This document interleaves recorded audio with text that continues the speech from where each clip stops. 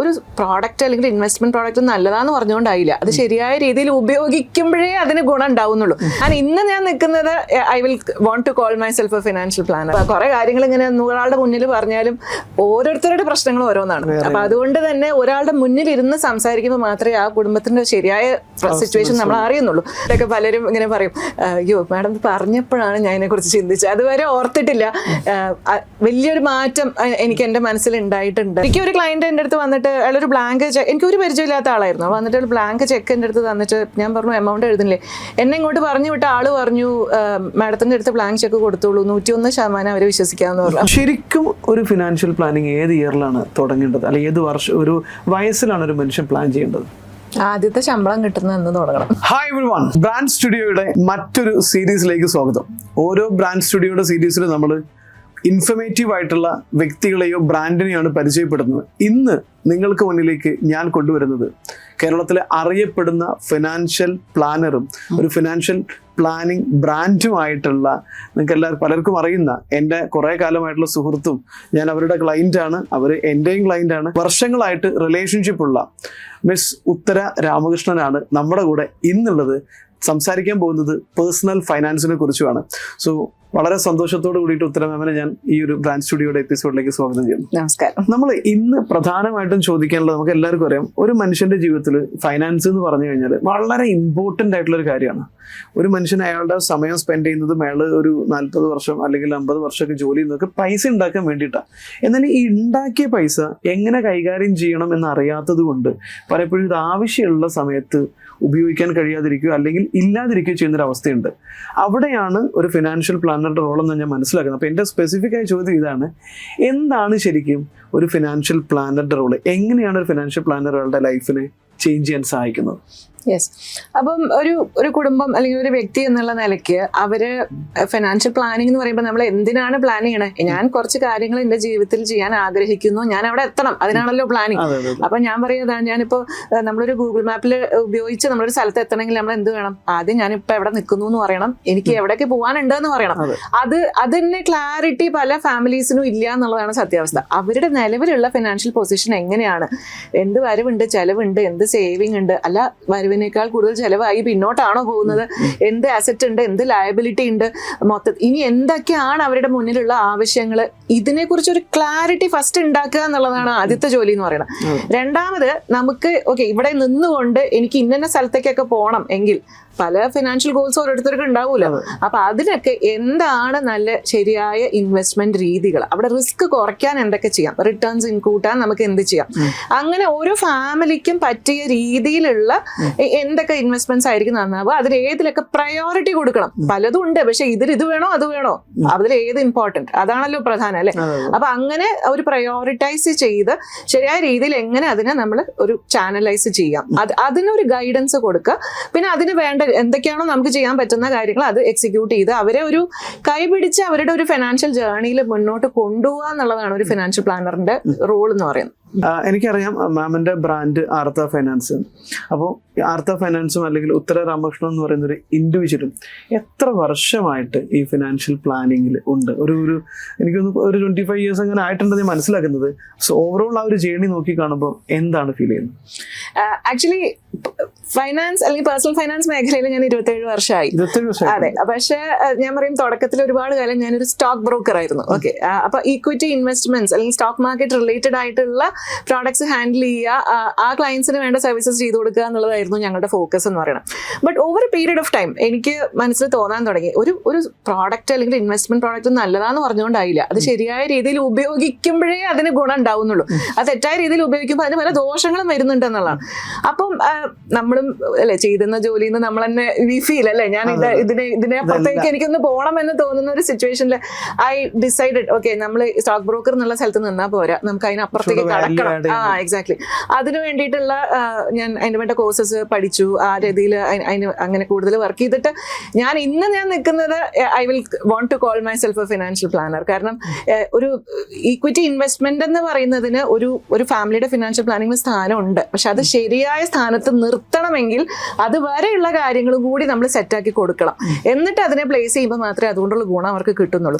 അപ്പൊ അതുകൊണ്ട് ഞാൻ അങ്ങനെ ഉള്ള ഒരു യാത്രയിൽ ഇന്ന് നിൽക്കുന്നതെന്ന് എന്ന് പറയുകയാണെങ്കിൽ I do personal finance consultations, one-on-one consultations, because I feel personal finance is very personal. കുറെ കാര്യങ്ങൾ ഇങ്ങനെ 100 ആളുടെ മുന്നിൽ പറഞ്ഞാലും ഓരോരുത്തരുടെ പ്രശ്നങ്ങൾ ഓരോന്നാണ്. അപ്പൊ അതുകൊണ്ട് തന്നെ ഒരാളുടെ മുന്നിൽ ഇരുന്ന് സംസാരിക്കുമ്പോൾ മാത്രമേ ആ കുടുംബത്തിന്റെ ശരിയായ സിറ്റുവേഷൻ നമ്മൾ അറിയുന്നുള്ളൂ. അതുകൊണ്ട് തന്നെ ഓരോരുത്തരായിട്ട് ഇരുന്ന് കൺസൾട്ട് ചെയ്ത് അങ്ങനെ അവർക്ക് വേണ്ട ഒരു സൊല്യൂഷൻസ് കൊടുക്കുക എന്നുള്ള അതാണ് പേഴ്സണലി ഞാൻ ഫോക്കസ് ചെയ്യുന്നത്. എന്റെ ടീം പിന്നിൽ ബാക്കിയെല്ലാം ചെയ്യാനുണ്ട്. പക്ഷെ ഞാനെന്ന് വ്യക്തിപരമായിട്ട് ഞാനിപ്പോ ചെയ്യുന്നത് അങ്ങനത്തെ കൺസൾട്ടേഷൻസും അങ്ങനത്തെ പ്ലാനിങ്ങും ആണ്. ഓക്കെ, ഇനി ഞാൻ 27 വർഷം ആയെന്നുള്ളത് കൊണ്ടൊരു ചോദ്യം ഞാൻ ചോദിക്കുകയാണ്.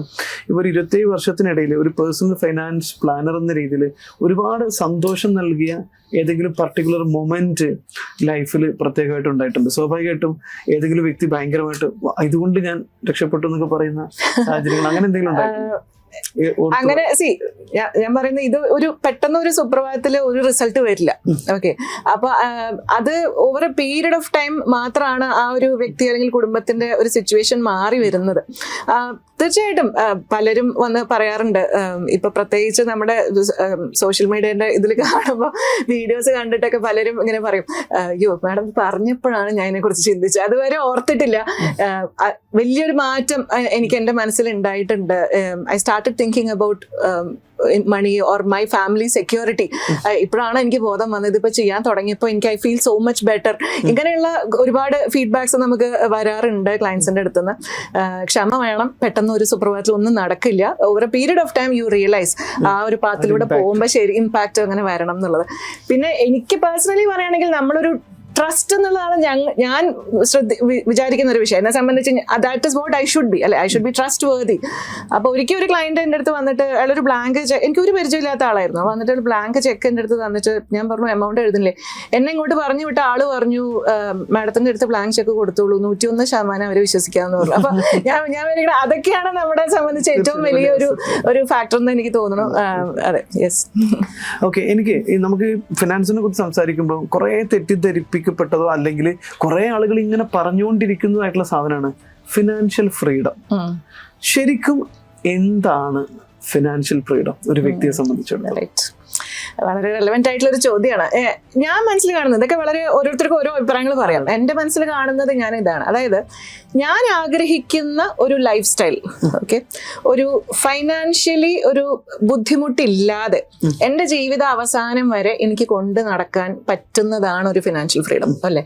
അപ്പൊ അവിടെ ഇവിടെ 2 ഫാക്ടേഴ്സ് ഉണ്ട്. അതായത് ഒന്ന്, എൻ്റെ ആഗ്രഹങ്ങൾ ഒരു ഭാഗത്ത്, എൻ്റെ കയ്യിലുള്ള പണം മറുഭാഗത്ത്, അല്ലെ? എൻ്റെ വരുമാനം പെട്ടെന്നൊരു സുപ്രഭാതത്തിൽ എനിക്ക് കൂട്ടാനൊന്നും പറ്റില്ല. അപ്പൊ നമ്മുടെ ആഗ്രഹങ്ങൾ അതിനനുസരിച്ചിട്ട് നമ്മൾ അഡ്ജസ്റ്റ് ചെയ്യണം എന്നുള്ളതും ഫിനാൻഷ്യൽ ഫ്രീഡത്തിന്റെ വലിയൊരു ഭാഗമാണ്. അല്ലാതെ ഞാൻ സ്വപ്നം കണ്ടു, പലതും സ്വപ്നം അൺറിയലിസ്റ്റിക് ആയിട്ട് ഓരോന്ന് തലയിൽ ആലോചിച്ചിട്ട് അയ്യോ എനിക്ക് ഫിനാൻഷ്യൽ ഫ്രീഡം ഇല്ല എന്ന് പറയുന്നതിൽ വലിയ കാര്യമൊന്നുമില്ല. Okay, so you have to realise where you stand. അതിന്റെ ഉള്ളിൽ നമുക്ക് ഡിസിപ്ലിനോടെ ജീവിച്ച് അതിനകത്ത് നിന്ന് നമ്മൾക്ക് ഭാവിയിലേക്ക് സേവ് ചെയ്ത് എന്റെ ഓരോ സ്റ്റെപ്പിലും ഞാൻ ആരെയും ആശ്രയിക്കാതെ എനിക്ക് ജീവിക്കാൻ പറ്റുന്ന രീതിയിൽ എന്റെ ആഗ്രഹങ്ങളും ഞാൻ കുറച്ച് ഡിസിപ്ലിനോടെ ജീവിച്ച് എനിക്ക് വേണ്ട കുറച്ച് ആഗ്രഹങ്ങളും സാധിക്കാൻ പറ്റിയാൽ, എല്ലാം വേണമല്ലോ അല്ല, ആവശ്യങ്ങളും കുറച്ച് അനാവശ്യവും ഒക്കെ കൂടി എന്റെ ജീവിതം നല്ല രീതിയിൽ എനിക്ക് അവസാനം വരെ കൊണ്ടുപോകാൻ പറ്റിയാൽ അങ്ങനെ ചെയ്യാൻ പറ്റുന്നതാണ് ഫിനാൻഷ്യൽ ഫ്രീഡം എന്ന് പറയുന്നത്, അല്ലെ? ഇത് വളരെ ഇമ്പോർട്ടന്റ് ഒരു ഇൻസൈറ്റ്. കാരണം നമ്മളിപ്പോ പല ആളുകൾ ഇപ്പൊ യൂട്യൂബും മറ്റൊക്കെ എടുത്ത് നോക്കി കഴിഞ്ഞാൽ ഇഷ്ടംപോലെ ആളുകൾ അൺറിയലിസ്റ്റിക് ആയിട്ടുള്ള ഡ്രീമിനെ കുറിച്ച് ഭയങ്കരമായിട്ട് പ്രൊവോക്ക് ചെയ്ത് എന്നാൽ അത് അവസാനം കൊണ്ടെത്തിക്കുന്ന ഫിനാൻഷ്യൽ തട്ടിപ്പിലേക്ക്, ഫ്രോഡ് ആയിരിക്കും കൊണ്ടുപോകും. സോ അങ്ങനെ ഒരു പ്രശ്നം. അപ്പൊ അതുകൊണ്ട് ഫിനാൻഷ്യൽ ഫ്രീഡം എന്ന് പറഞ്ഞു കഴിഞ്ഞാൽ അവനവന്റെ സ്റ്റാൻഡേർഡ് ഓഫ് ലൈഫ് ഡിസിപ്ലിനോട് മെയിൻറ്റെയിൻ ചെയ്ത് ജീവിക്കാൻ പറ്റും. കാരണം എന്നോട് പലരും ചോദിക്കും, ഞാൻ ചോദിക്കും നിങ്ങളുടെ എന്താ നിങ്ങളുടെ മനസ്സിൽ ഫിനാൻഷ്യൽ ഫ്രീഡം? എനിക്ക് പ്രൈസ് ടാഗ് നോക്കാണ്ട് എനിക്ക് സാധനം വാങ്ങാൻ പറ്റണം.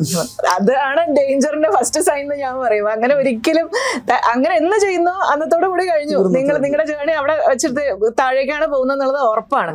സോ ഡിസിപ്ലിൻ എന്നുള്ള സംഭവം ഇല്ലാതെ ഒരിക്കലും ഒരു ഫിനാൻഷ്യൽ ഫ്രീഡം ഉണ്ടാവില്ല. So I think it's a very wrong notion to say എനിക്കിങ്ങനെ അടിച്ച് പറപ്പിക്കാൻ പറ്റുന്നതാണ് ഫിനാൻഷ്യൽ ഫ്രീഡം എന്നുള്ളൊരു ചിന്ത വളരെ തെറ്റാണ്. അതാണ് കുറെ ആളുകൾ തെറ്റിദ്ധരിക്കപ്പെട്ട ഒരു ടേമുമാണ് ഈ ഡെഫിനിഷൻ. Thank you. ഇനി അടുത്തത് നമുക്ക് പ്രധാനമായിട്ട് അറിഞ്ഞിരിക്കേണ്ട ഒരു സാധനമുണ്ട്. ഈ ഫിനാൻഷ്യൽ പ്ലാനിങ്ങിനെ കുറിച്ച് മിക്കവാറും മനുഷ്യന്മാർ ചിന്തിക്കുന്നത് ലേറ്റ് 40s അല്ലെങ്കിൽ ഏർലി 50s ഒക്കെയാണ് ചിന്തിക്കുന്നത്. കാരണം എന്റെ കയ്യിൽ നിന്ന് പോകുന്നു, എന്റെ ആരോഗ്യം കുറയുന്നു, എന്റെ ഏർണിംഗ് കപ്പാസിറ്റി കുറയുന്നു എന്ന് തോന്നുന്ന ഒരു സ്റ്റേജിലാണ്. ശരിക്കും ഒരു ഫിനാൻഷ്യൽ പ്ലാനിങ് ഏത് ഇയറിലാണ് തുടങ്ങേണ്ടത്, അല്ലെങ്കിൽ ഏത് വർഷം ഒരു വയസ്സിലാണ് ഒരു മനുഷ്യൻ പ്ലാൻ ചെയ്യേണ്ടത്? ആദ്യത്തെ ശമ്പളം കിട്ടുന്ന എന്ന് തുടങ്ങണം.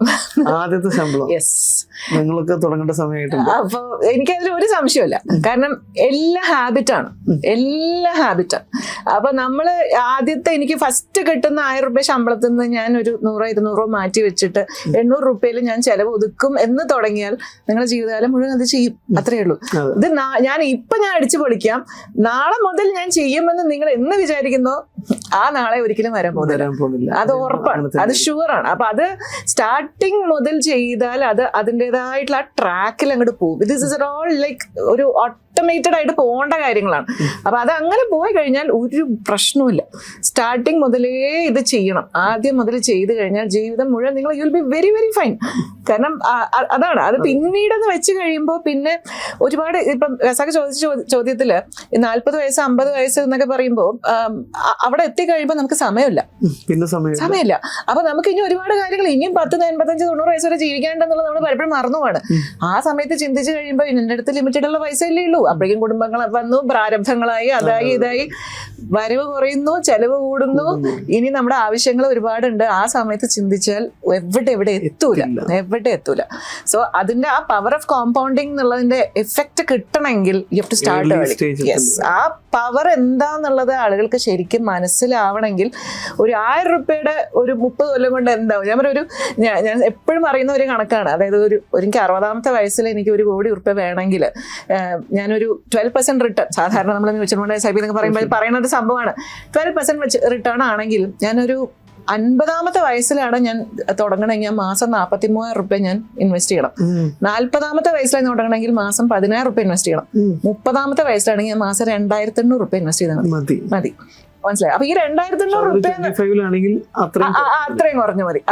അപ്പൊ ഈ പറയുന്ന 1000-നും 2,000-നും over a period of time വലിയ വാല്യൂ ആണ്. സോ ചെറുപ്പക്കാർ മനസ്സിലാക്കേണ്ട സംഭവം, they have something more valuable than money, that is time. ആ ടൈമിന്റെ വാല്യൂ എന്താന്നുള്ളത് മനസ്സിലാക്കണം. അത് വൈകി പോയിട്ട് തിരിഞ്ഞു നോക്കിയിട്ട് അയ്യോ ചെയ്യണമായിരുന്നു എന്ന് പിന്നെ പറഞ്ഞിട്ട് കാര്യമില്ല.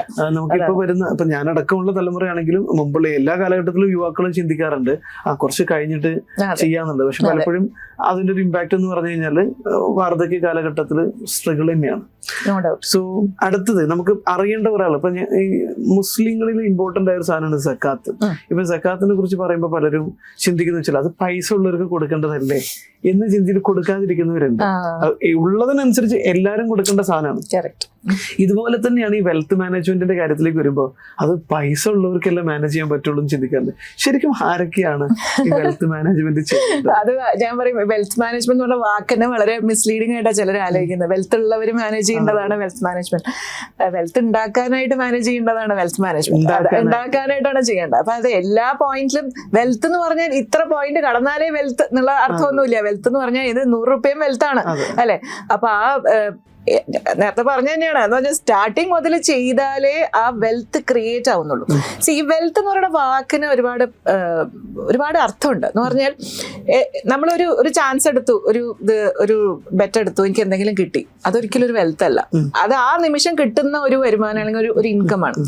അത്രേ ഉള്ളൂ. അത് സസ്റ്റൈനബിൾ ആവണമെന്നില്ല. Okay, wealth something that should be sustainable through out your life, that should take care of you and your family. അതാണ്. അപ്പൊ ആ ഇൻകം എന്ന് പറയുന്നത് വെൽത്ത് എന്ന് പറയുന്ന വാക്കിനും തമ്മിൽ ഒരുപാട് വ്യത്യാസമുണ്ട്. ദാറ്റ് സംതിങ് എപ്പോഴും കയ്യിലുണ്ടായിരിക്കണം, എന്നും എന്നെ കാക്കുന്ന ഒന്നായിരിക്കണം വെൽത്ത് എന്ന് പറയുന്നത്. അപ്പൊ അത് ക്രിയേറ്റ് ചെയ്യണമെങ്കിൽ അത് മാനേജ് ചെയ്യണം, അല്ലാതെ തന്നെ വരില്ല അല്ലെ. അപ്പൊ അത് ഏത് ഇൻകത്തിലും ഏത് ജോലിയുള്ള ആളുകളും ചെയ്ത് തുടങ്ങേണ്ടത്. Yes, exactly. സോ ഇതിനകത്ത് ഈ പ്രധാനമായിട്ട് നമ്മളിപ്പോ ഞാൻ പലപ്പോഴും കണ്ടിട്ടുണ്ട്, ഇപ്പൊ നമ്മള് ഇന്ത്യയിൽ മുഴുവൻ സഞ്ചരിക്കുകയാണെങ്കിലും അതല്ലെങ്കിൽ ഇപ്പൊ യൂറോപ്പിൽ ഒക്കെ സഞ്ചരിക്കുമ്പോഴും ഇപ്പൊ തുർക്കി അതിൽ കുറച്ചുകൂടെ വ്യത്യസ്തമായ രാജ്യങ്ങളിൽ സഞ്ചരിക്കുമ്പോൾ എനിക്ക് തോന്നിയിട്ടുണ്ട് ഭയങ്കര റിച്ച് ആയിട്ടുള്ള കൺട്രീസിൽ ഉള്ളതിനേക്കാളും വലിയ വീടുകളും കാര്യങ്ങളൊക്കെയാണ് നമ്മുടെ നാട്ടിൽ കാണാൻ പറ്റും. യൂറോപ്പിൽ വളരെ റിച്ച് ആയിട്ടുള്ള ആളുകൾ താമസിക്കുന്ന സ്ഥലം, അല്ലെങ്കിൽ ഈവൻ ദുബായിൽ ഹൈലി റിച്ച് ആയിട്ടുള്ള ആളുകൾ താമസിക്കുന്ന സ്ഥലത്തൂടെ പോകുമ്പോൾ അവരുടെ സൈസ് ഓഫ് വീട് തന്നെയാണ് നമ്മൾ ഇവിടെയും കണ്ടുകൊണ്ടിരിക്കുന്നത്. ശരിക്കും ഫിനാൻഷ്യൽ പ്ലാനിങ്ങിൽ മലയാളി ശരിയാണോ, അല്ലെങ്കിൽ മലയാളീസ് എന്തൊക്കെയാണ് ശരിക്കും ചെയ്തുകൊണ്ടിരിക്കുന്നത്? മിസ്റ്റേക്കുകൾ എന്തെങ്കിലും ഉണ്ടോ? അവർ ചെയ്യുന്നത്? അതെ, മലയാളികളുടെ കൾച്ചർ, എല്ലാ കൾച്ചറിലും കുറെ പ്ലസസും മൈനസസും ഉണ്ട് അല്ലെ. ചിലതൊക്കെ ഇതില് സ്പെസിഫിക്കലി മിസ്റ്റേക്സ് എന്ന് ചോദിച്ചുകൊണ്ട് ഞാൻ അതിലേക്ക് കിടക്കാണ്. ഞാൻ സ്ഥിരം പറയുന്ന ഒരു ലൈൻ ഉണ്ട്, മലയാളിയുടെ പണം കവരുന്ന 3 ഭൂതങ്ങളുണ്ട്. ഒന്ന് വീട്, വാഹനം, വിവാഹം എന്നുള്ളത്. അപ്പൊ അതിൽ ആദ്യം ഞാൻ പറയുന്ന സംഭവം വീടാണ്. സഖ പറഞ്ഞ് വളരെ ശരിയാണ്. നമ്മളെ സംബന്ധിച്ച് നമ്മളുടെ ഒരു കൾച്ചറിൽ I M successful, I have arrived in my life എന്ന് മറ്റുള്ളവരെ കാണിക്കാൻ എൻ്റെ വീടിന്റെ വലിപ്പം ആണ് മെയിൻ ഒരു സംഭവം എന്ന് വിശ്വസിക്കുന്ന ഒരു കൂട്ടരുണ്ട്. ഐ മീൻ അതൊരു ജനറൽ ട്രെൻഡാണ് അത്. അപ്പൊ വീടെന്ന് പറഞ്ഞാൽ എനിക്ക് അത്യാവശ്യം താമസിക്കാൻ എനിക്കൊരു സൗകര്യത്തിന് ഒരു സംഭവം, അതിനപ്പുറത്തേക്ക് ഇതൊരു സ്റ്റേറ്റസ് സിമ്പിൾ ആണ് എന്നുള്ള ലെവലിലേക്ക് അത് എല്ലാരും ചെയ്യുമ്പോൾ അതൊരു നാട്ടുനടപ്പായി മാറുന്നു.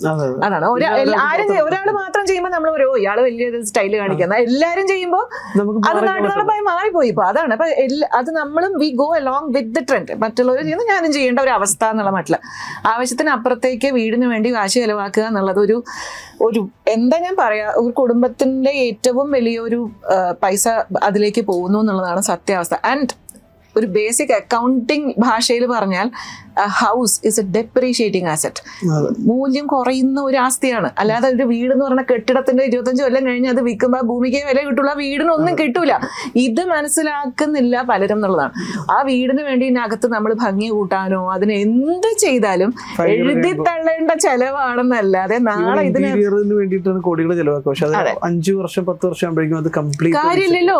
അതാണ്, കാശുള്ളവരെന്തോ ചെയ്തോട്ടെ, അവർക്ക് കാശും വെച്ച് എന്താ ചെയ്യേണ്ടതെന്ന് അറിയാത്തവർ പലരും ചെയ്യും. പക്ഷെ നമ്മൾ അതൊക്കെ കണ്ടിട്ട് ഞാൻ ബാക്കിയുള്ള കാര്യങ്ങൾക്ക് വേണ്ടി കരുതാതെ വീടെന്ന് പറയുന്ന ആ ഒരു ഫിനാൻഷ്യൽ ഗോളിലേക്ക് ഓവറായിട്ട് നമ്മൾ നമ്മുടെ കാശിനെ ഇടുമ്പോഴാണ് ഈ പ്രോബ്ലം വരുന്നത്.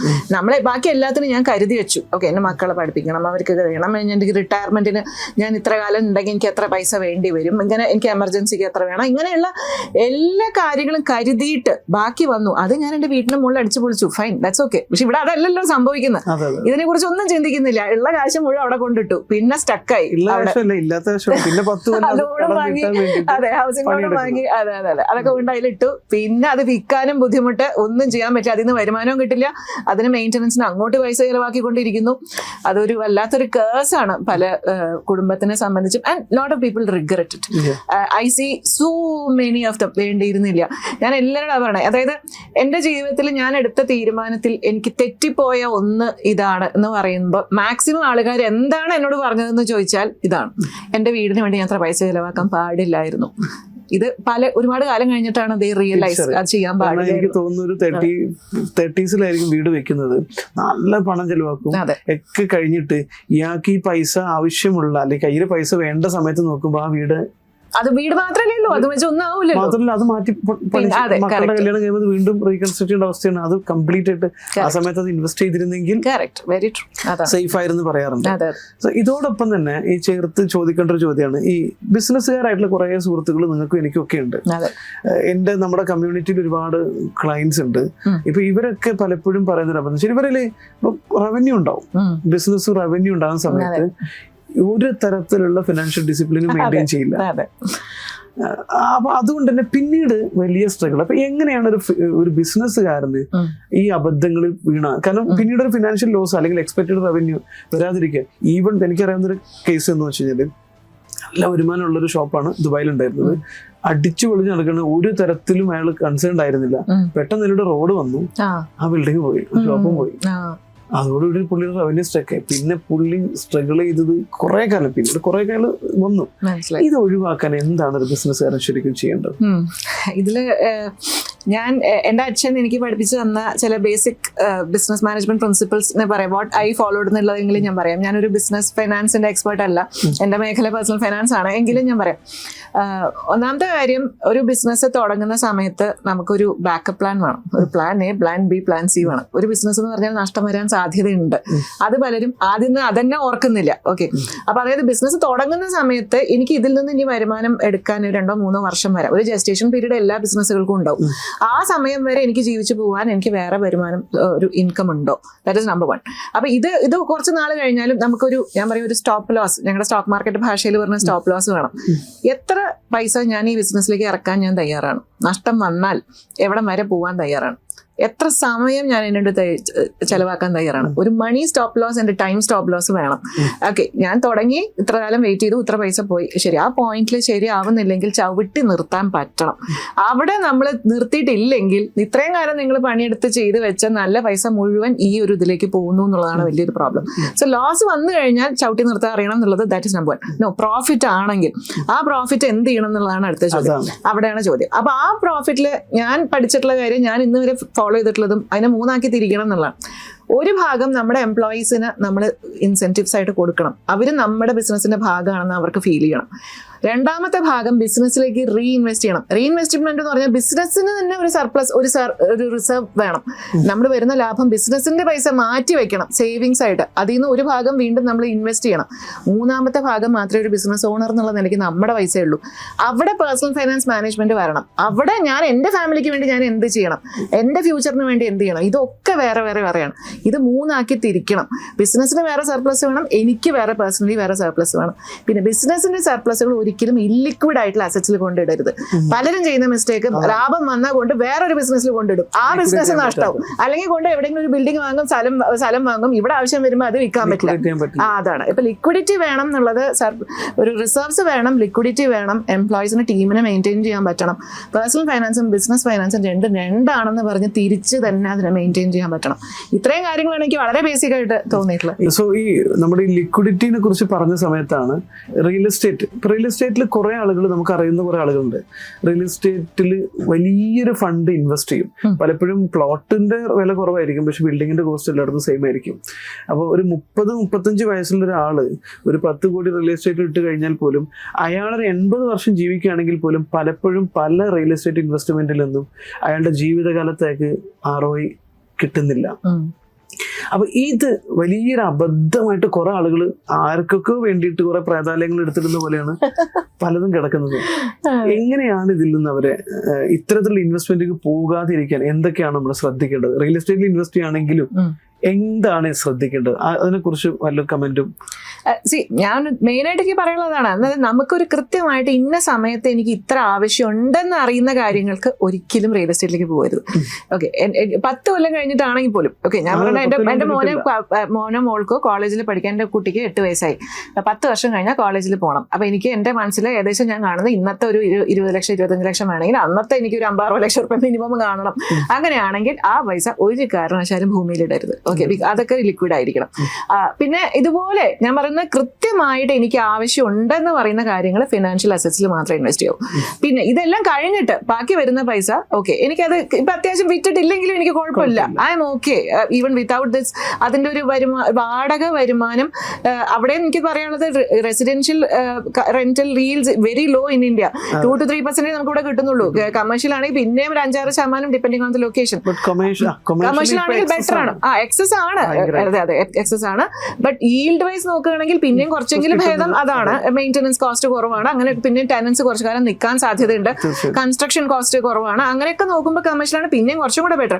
ഫ്ലാറ്റ് വാങ്ങിയിട്ടിട്ട് വാടക കൊടുക്കുന്നതിൽ അപ്പുറം ഇത്രയും വലിയ അബദ്ധം വേറെ ഒന്നും ഇല്ല എന്നാണ് ഞാൻ പറയാം. അപ്പം അങ്ങനെ വരുന്ന കേസസിൽ, അതായത് ഒരുപാട് കാലം കഴിഞ്ഞിട്ട് എനിക്ക് വേണമെങ്കിൽ വിറ്റാൽ മതി, എനിക്ക് ഈ ഒരു വാടക എനിക്ക് എൻ്റെ ഒരു റിട്ടയർമെന്റ് പ്ലാനിങ്ങിന്റെ ഭാഗമായിട്ട് ഒരു വരുമാനമായിട്ട് ഇരുന്നോട്ടെ എന്നുള്ള നിലയ്ക്ക് ഞാൻ പറഞ്ഞ പോലെ ബാക്കി എല്ലാ ബോക്സും ടിക്ക് ചെയ്തിട്ട് അവസാനം പറ്റുമെങ്കിൽ മാത്രമേ ഇതിനെക്കുറിച്ച് ചിന്തിക്കാൻ പാടുള്ളൂ. അല്ലാതെ ആദ്യമേ കയറി പറ്റുമ്പോഴാണ് ഇതിന് പ്രശ്നം. റിയൽ എസ്റ്റേറ്റ് ഇൻവെസ്റ്റ്മെന്റിലും പൈസ ഉണ്ടാക്കുന്നവരില്ലേ, ഉണ്ട്. പക്ഷെ അതിന്റെ ആ പ്രയോറിറ്റി എവിടെ എത്തിക്കണം എന്നുള്ളതാണ്, that is the main thing. Very good. Yes, ഇപ്പൊ നമുക്കറിയാം, ഇപ്പൊ എന്റെ കുടുംബത്തിൽ തന്നെ കുറെ ആളുകളുണ്ട്, എന്റെ ക്ലോസ്ഡ് ആയിട്ടുള്ള കുടുംബത്തിൽ കുറെ ആളുകളുണ്ട്. 40 വർഷം 50 വർഷമൊക്കെ ഗൾഫിൽ പട്ടിപ്പണി എടുക്കും. എല്ലാം കഴിഞ്ഞിട്ട് തിരിച്ച് ചിലപ്പോൾ അവരെ കുറച്ച് പൈസയും കൊണ്ട് വരുന്നവരുണ്ട്. പക്ഷെ പിന്നീട് അത് ആവശ്യങ്ങൾ വന്നു കഴിഞ്ഞാൽ പിന്നെ ഇഷ്ടംപോലെ ആവശ്യങ്ങൾ തീർക്കാനുണ്ടാവും. അതും കഴിഞ്ഞിട്ട് 50 അല്ലെ 55, 60, 70 പൈസക്ക് വേണ്ടിയിട്ട് മക്കളെ ആശ്രയിച്ച് കഷ്ടപ്പെടേണ്ടി വരുന്ന, അതായത് നന്നായിട്ട് പൈസ ഇങ്ങനെ റിച്ച് ആയിട്ട് കൈകാര്യം ചെയ്ത് ലാവിഷായി നടന്ന ഒരാള് 1 രൂപക്ക് പോലും കൈ നീട്ടേണ്ടി, മക്കളുടെ അടുത്താണെങ്കിൽ പോലും കൈ നീട്ടി ജീവിക്കേണ്ടി വരുന്ന ധാരാളം ആളുകൾ നമ്മൾ കണ്ടുകൊണ്ടിരിക്കുന്നു. NRIs ഈ ഒരു അവസ്ഥ വരാതിരിക്കാൻ അവരെന്താണ് ശരിക്കും ഏർലി ഏജിൽ ചെയ്യേണ്ടത്? അപ്പം ഇതില് മെയിൻ ആയിട്ട് നമ്മള് ഈ ഫിനാൻഷ്യൽ പ്ലാനിംഗ് എന്നുള്ള വാക്കൊക്കെ കേൾക്കുമ്പോൾ എന്തോ വലിയ ടെക്നിക്കലാന്നൊക്കെ തോന്നും. പക്ഷെ സംഭവം ഭയങ്കര സിമ്പിളാണ്. നമുക്ക് ഈ അതിൽ പ്രധാനമായിട്ട് എനിക്ക് തോന്നിയിട്ടുള്ളത്, രണ്ട് കാര്യങ്ങൾ ഞാൻ എടുത്തു പറയാം ചെയ്യുന്നില്ല എന്നുള്ള കാര്യത്തിൽ. ഒന്ന് സിമ്പിളാണ്, പക്ഷേ ഹെൽത്ത് ഇൻഷുറൻസ് നേരത്തെ എടുക്കണമെന്നില്ല എന്നുള്ളത്. You know the number of people who try to get health insurance later in their life and don't get it. Okay, കാരണം അത് സിമ്പിൾ കാര്യമാണ്. ഞാൻ അവിടെ മിക്കവാറും ഗൾഫിൽ ജോലി ചെയ്യുന്ന ആളുകൾക്ക് അവരുടെ അവിടുത്തെ എംപ്ലോയറുടെ ഹെൽത്ത് ഇൻഷുറൻസ് ഉണ്ടാവും. അപ്പൊ അവര് നാട്ടിൽ എപ്പോഴെങ്കിലും അല്ലേ വരുള്ളൂ, അതിനിപ്പോ എന്താ ആവശ്യം, അതൊക്കെ നമുക്ക് അപ്പം നോക്കാന്ന് വിചാരിക്കും. ഒരു 50-55 വയസ്സ് 60 വയസ്സിലേക്കാണ് നാട്ടിലേക്ക് തിരിച്ചു വരുന്ന സമയത്ത് ഇവർ ആ നേരത്ത് നോക്കുമ്പോൾ ഹെൽത്ത് ഇൻഷുറൻസ് എടുക്കാൻ മുമ്പ് അവർക്ക് ചിലപ്പോൾ എന്തെങ്കിലും അസുഖം വന്നിട്ടുണ്ടാവും, ഇൻഷുറൻസ് കമ്പനി കൊടുക്കില്ല. പിന്നെയുള്ള ജീവിതകാലം മുഴുവൻ ആസ്പത്രി ചെലവ് സ്വന്തം കയ്യിൽ നിന്ന് എടുത്ത് കൊടുക്കണം. Okay, that is A simple matter. ചെറിയ പ്രായത്തിൽ തന്നെ അസുഖങ്ങൾ ഇല്ലാത്ത സമയത്ത് ഒരു ഹെൽത്ത് ഇൻഷുറൻസ് എടുത്തു വെക്കുക. ഏറിപ്പോയ മാസം 1000-2000 രൂപ ചെലവാക്കേണ്ട വിഷയമുള്ളൂ. Please do it as early as possible. Okay, that is number 1. Number 2, retirement planning ഏറ്റവും പ്രധാനപ്പെട്ടതാണ്. ഓക്കെ, റിട്ടയർമെന്റ് പ്ലാനിംഗ് എന്ന് പറഞ്ഞാൽ അത് ചില്ലറ കാര്യമല്ല. നിങ്ങളൊരു 50-55 വയസ്സിൽ നാട്ടിൽ തിരിച്ചു വന്നാൽ പിന്നെ ഒരു 30 കൊല്ലം ജീവിക്കാനുണ്ടെന്നുള്ള ലെവലെങ്കിലും പ്ലാൻ ചെയ്തേ പറ്റൂ. ഞാൻ പറയും, ഒരു ശരാശരി മലയാളിയുടെ ലൈഫ് എക്സ്പെക്ടൻസി 75 ആണെങ്കിൽ നമ്മളൊരു 85 കാൽക്കുലേറ്റ് ചെയ്യണം. വേണ്ടേ? ഒരു ആവറേജ് 75 എന്ന് പറഞ്ഞാൽ ഒരു കണക്ക് കൂട്ടുമ്പോൾ ഞാൻ 85 വെച്ചിട്ടാണ് എല്ലാ കണക്കുകളൊക്കെ ചെയ്യുക. നിങ്ങൾ 100 വയസ്സ് വരെയൊക്കെ ജീവിക്കായിരിക്കും, അതൊക്കെ വേറെ വിഷയം. ബട്ട് അറ്റ്ലീസ്റ്റ് നമ്മൾ ഇവിടെ 85 പിടിക്കുക. യെസ്, അങ്ങനെയാണെങ്കിൽ ഞാൻ പറയുന്നത് ഒരു 55 മുതൽ 85 വയസ്സ് വരെ നിങ്ങൾ 30 കൊല്ലം ജീവിക്കണമെങ്കിൽ നാട്ടിൽ തിരിച്ചു വന്ന് ഒരു പ്രവാസി, ഒരു ഫാമിലി ഒരു കുറഞ്ഞ ഒരു മാസം ഒരു 40-50 ഉറുപ്പിക മിനിമം വേണ്ട ജീവിക്കാൻ വേണം. ഓരോ 10 കൊല്ലം കൂടുമ്പോഴും നമ്മുടെ ചെലവ് ഡബിൾ ആവും. ഇൻഫ്ലേഷൻ നിങ്ങളൊരു 6%-7% കണക്കാക്കുകയാണെങ്കിൽ every 10 years your expenses will double. 50,000 ഇന്ന് വേണമെങ്കിൽ 10 കൊല്ലം കഴിഞ്ഞാൽ എനിക്ക് 1 ലക്ഷം വേണം, 20 കൊല്ലം കഴിഞ്ഞാൽ എനിക്ക് 2 ലക്ഷം വേണം, 30 കൊല്ലം കഴിഞ്ഞാൽ എനിക്ക് 4 ലക്ഷം സോറി അതെ 50,000, 1 ലക്ഷം, 2 ലക്ഷം, 4 ലക്ഷം ഇത്രയും വേണം എനിക്കൊരു മാസം ജീവിച്ചു പോകാൻ. അവിടെയാണ് പലർക്കും കണക്ക് തെറ്റുന്നത്. ഞാൻ ജീവിച്ച് തുടങ്ങണ കാലത്ത് എൻ്റെ അടുത്ത് ഇത് എനിക്ക് തോന്നുന്നു അത് മതിയാവുന്ന, 30 കൊല്ലം കഴിഞ്ഞിട്ട് മതിയാവോ? ഇല്ല, അതൊരു വലിയ വിഷയമാണ്. ഓക്കെ, അപ്പൊ അവിടെ ആ ഇൻഫ്ലേഷൻ കാൽക്കുലേറ്റ് ചെയ്തിട്ട് നിങ്ങൾ റിട്ടയർമെന്റ് പ്ലാനിങ് എനിക്ക് എത്ര വേണം, അങ്ങനെയാണെങ്കിൽ ഞാൻ എപ്പോൾ തുടങ്ങണം, ഞാൻ 20 കൊല്ലം 25 കൊല്ലം ഞാൻ പണിയെടുക്കുമ്പോൾ ഞാൻ ആ 25 കൊല്ലത്തെ ചെലവിന്റെ മാത്രം ആലോചിച്ചാൽ പോരാ, അടുത്ത 25 കൊല്ലത്തേക്കും കൂടെ ഞാൻ സേവ് ചെയ്യണം എന്നുള്ളത് ചിന്തിക്കുന്നില്ല. അതാണ് ഏറ്റവും വലിയ മിസ്റ്റേക്ക്. പിന്നെ കസാക്കിന് അറിയാം, നാട്ടിലേക്ക് തിരിച്ചു വരുമ്പോൾ കുറച്ച് കാശുമായിട്ട് തിരിച്ചു വരുന്നു, വന്ന ഉടനെ വീട്, മക്കളുടെ കല്യാണം. എനിക്ക് അതിനെക്കുറിച്ചൊന്ന് പറഞ്ഞേ പറ്റൂ കാസ, കാരണം ഞാൻ അത്രത്തോളം സങ്കടപ്പെട്ടിട്ടാണ് ഞാൻ ഇത് പറയണത്. എത്ര കുടുംബങ്ങളിലറിയോ, വന്നു കഴിഞ്ഞാൽ കയ്യിലുള്ള കാശും ഈ കുട്ടികളെ കൊണ്ട് ലാവിഷായിട്ടുള്ള കല്യാണം നടത്തിയേ പറ്റൂ എന്നുള്ള അച്ഛൻ്റെ അമ്മയുടെ നിർബന്ധങ്ങളാണ്. എൻ്റെ അടുത്ത് വരുന്നത് ഭൂരിഭാഗം യങ്സ്റ്റേഴ്സ് എന്നോട് പറയുന്നതാണ്, മാഡം ഞങ്ങൾക്ക് ഒട്ടും താല്പര്യം ഉണ്ടായിരുന്നില്ല, ഇത്രയും കാശ് ചെലവാക്കാനുള്ള ഒരു വകുപ്പ് എൻ്റെ കുടുംബത്തിൽ ഇല്ല എന്ന് ഞങ്ങൾക്കറിയാം, പറഞ്ഞാൽ കേൾക്കണ്ടേ. ഇത് അച്ഛൻ്റെ അമ്മയുടെ ഒരു ഈഗോ ഇഷ്യൂ ആണത്. എന്നിട്ട് അവസാനം എന്താ സംഭവിക്കണത്, ഈ കുട്ടികൾ ജോലി എടുത്ത് ഇത്രയും നാൾ സമ്പാദിച്ച പൈസയും കൂടി ചെലവാക്കിപ്പിക്കും. എന്നിട്ട് അവർ ജീവിതം തുടങ്ങുമ്പോൾ ഫാമിലി മൈനസിലാണ്. എന്നിട്ട് ഈ കടം തീർക്കേണ്ടത് ഈ കുട്ടികൾ തന്നെ, കാരണം അച്ഛനമ്മയുടെ വരുമാനം ഏകദേശം ആ സമയമാകുമ്പോഴേക്കും നിന്നു. എന്നിട്ട് ഇവരെന്നെ കടം തീർക്കും വേണം. എന്നിട്ട് ഇവർ പറഞ്ഞിട്ട് അവർ കേൾക്കൂല. ഇതാണ് അവസ്ഥ. ഈ പുറത്ത് കാണുന്ന ഈ കല്യാണം മോഡികളുടെ ഒക്കെ പിന്നിൽ ഭയങ്കര സങ്കട കഥകളാണെന്നുള്ളതാണ് സത്യാവസ്ഥ. എത്രയോ പേര് വന്ന് കരയാറുണ്ട് എൻ്റെ അടുത്ത് വന്നിട്ട്, എന്താ ചെയ്യാ മാഡം, എൻ്റെ വീട്ടുകാർ പറഞ്ഞാൽ എനിക്ക് കേൾക്കണ്ടേ. എന്നിട്ട് അവർ പറയും, ഞാൻ മാഡത്തിൻ്റെ അടുത്ത് ഒരുപാട് കാലമായി വരണം വിചാരിക്കണം, പക്ഷെ എനിക്ക് സേവ് ചെയ്യാൻ കയ്യിൽ കാശില്ലല്ലോ, എനിക്ക് ഇപ്പോഴാണ് ഇത്ര 10 കൊല്ലം കഴിഞ്ഞിട്ട് എൻ്റെ അടുത്ത് ഇപ്പോഴാണ് എനിക്ക് വേണ്ടി സേവ് ചെയ്യാൻ എൻ്റെ കയ്യിൽ കാശ് വന്നത്. ഇത്രയും കാലം ഞാൻ കുടുംബ പ്രാരബ്ധങ്ങൾ തീർക്കായിരുന്നു. ഒരു ചേച്ചിയുടെ കല്യാണം അല്ലെങ്കിൽ അനിയത്തിയുടെ കല്യാണം, സ്വന്തം കല്യാണം കഴിഞ്ഞു, ആ കുടുംബം ഇനി ജന്മകാലത്തേക്ക് അവർ കടത്തില്ല. എനിക്കൊന്ന് മനുഷ്യന് ഈ റിലേഷൻഷിപ്പിന്റെ കാര്യത്തിൽ ലോജിക്കലാകും, ഈ പൈസ ചെലവാക്കുന്ന കാര്യത്തിൽ ഇമോഷണൽ ആവുന്നത് ഭയങ്കര. അല്ല, ഈ കല്യാണം എന്ന് പറയുന്ന ആ ഒരു ഒറ്റ സംഭവം, ഇതാണ് കാര്യത്തിൽ ഭയങ്കര ഇമോഷണൽ ആയിട്ട് ആ കാര്യത്തിൽ നമ്മൾ മാറ്റി ചിന്തിച്ചേ പറ്റൂ. We have to change our culture. അല്ലെങ്കിൽ ലോജിക്കലായിട്ട് തന്നെ ചിന്തിച്ച കാര്യങ്ങൾ എന്തിനാണ് ഇത് ഇത്രയും. ഞാൻ അപ്പൊ ഇതില് ഞാനൊരു എക്സാമ്പിൾ ഒന്ന് പറഞ്ഞോട്ടെ.